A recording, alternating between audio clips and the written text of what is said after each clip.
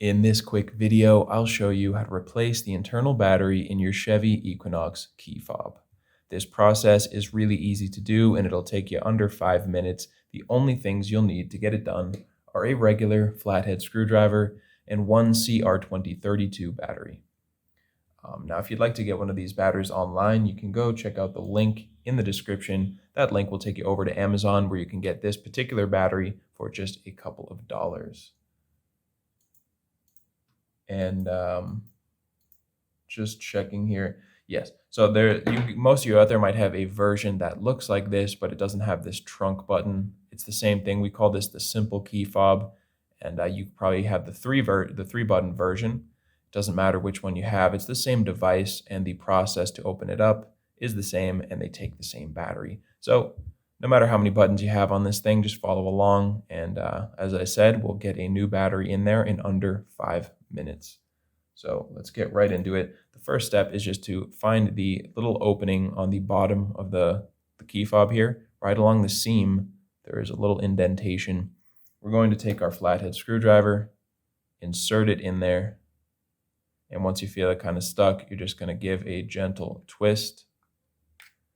And that is going to crack this key fob right open for you.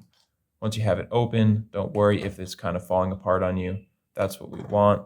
We want to just hold the circuit board gently, right? So if it was all locked in when you opened it up, we're actually just going to pull the circuit board out.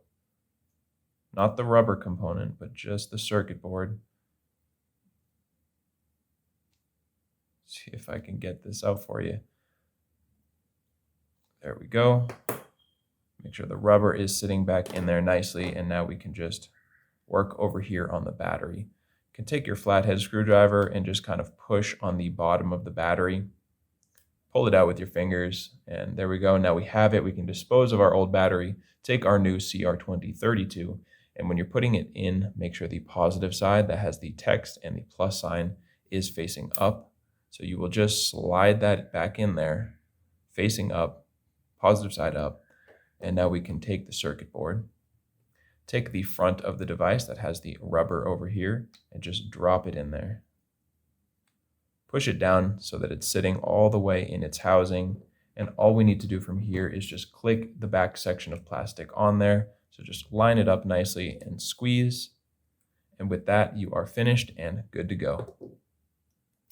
So I hope that video was helpful for you, and if it was, feel free to let me know down in the comments or by giving this video a like. And if you ever need help with another one of your key fobs, you can come back here to this channel. We've got you covered with videos for the devices for pretty much every maker model out there. And you can also get that information and more over at our website, fobbattery.com.